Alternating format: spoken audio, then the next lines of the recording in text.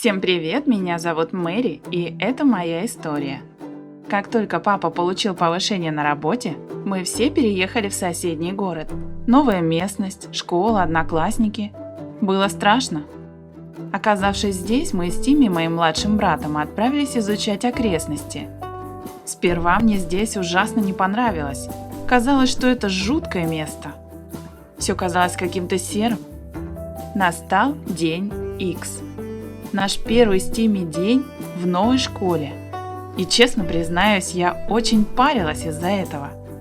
Ведь я и Тимми были новичками, должны были себя как-то проявить.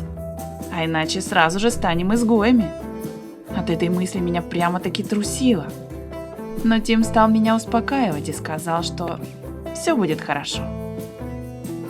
Когда я вошла в класс, учитель представила меня всем и сказала, что я новенькая и буду их одноклассницей.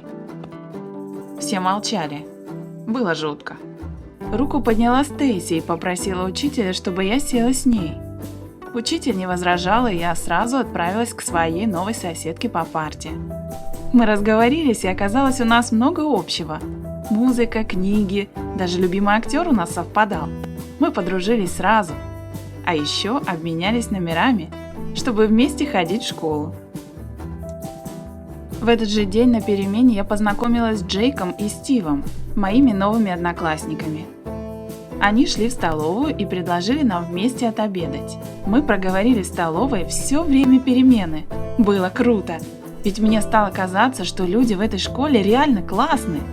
И, возможно, у меня, как и в фильмах и в сериалах про подростков, появится настоящая дружелюбная компания. Я была счастлива. Когда я пришла домой, то и делала, что рассказывала маме, какие классные одноклассники. Мама была рада, что я нашла хороших друзей. Прошло 2 месяца. Мы с Тимми ходили в новую школу. Все было круто. В классе мы тусовались вчетвером. Мы со Стивом очень часто обсуждали музыку, иногда даже вместе ходили в школу. А с Джейком обменивались мемами, и все было классно. Пока я не заметила, что Стейси как бы отдалилась от меня. Спустя пару дней случилось вот что. Как-то с утра я набрала Стейси, чтобы договориться, во сколько мы выйдем. Но она не поднимала трубку. По дороге в школу Тимми сказал, что вчера видел, как Стейси гуляла с девочками из нашей школы. Я стала переживать, что она заменила меня на других подруг. Когда я подходила к школе, то увидела Стейси. Она стояла среди популярных девочек из нашего класса.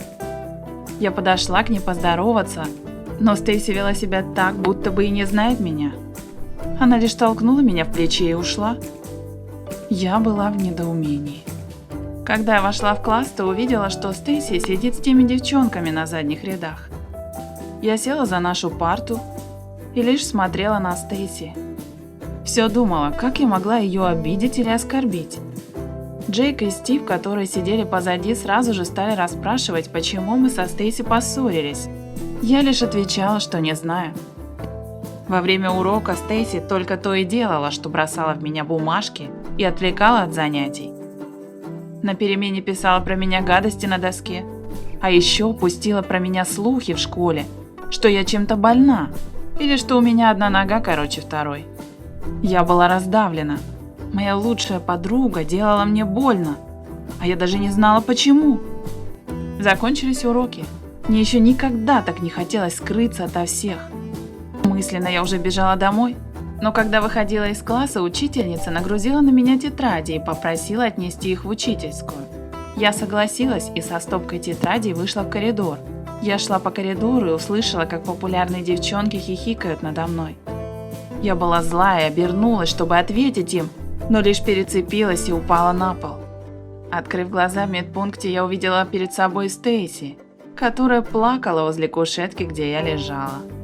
Оказалось, что это она подставила мне подножку.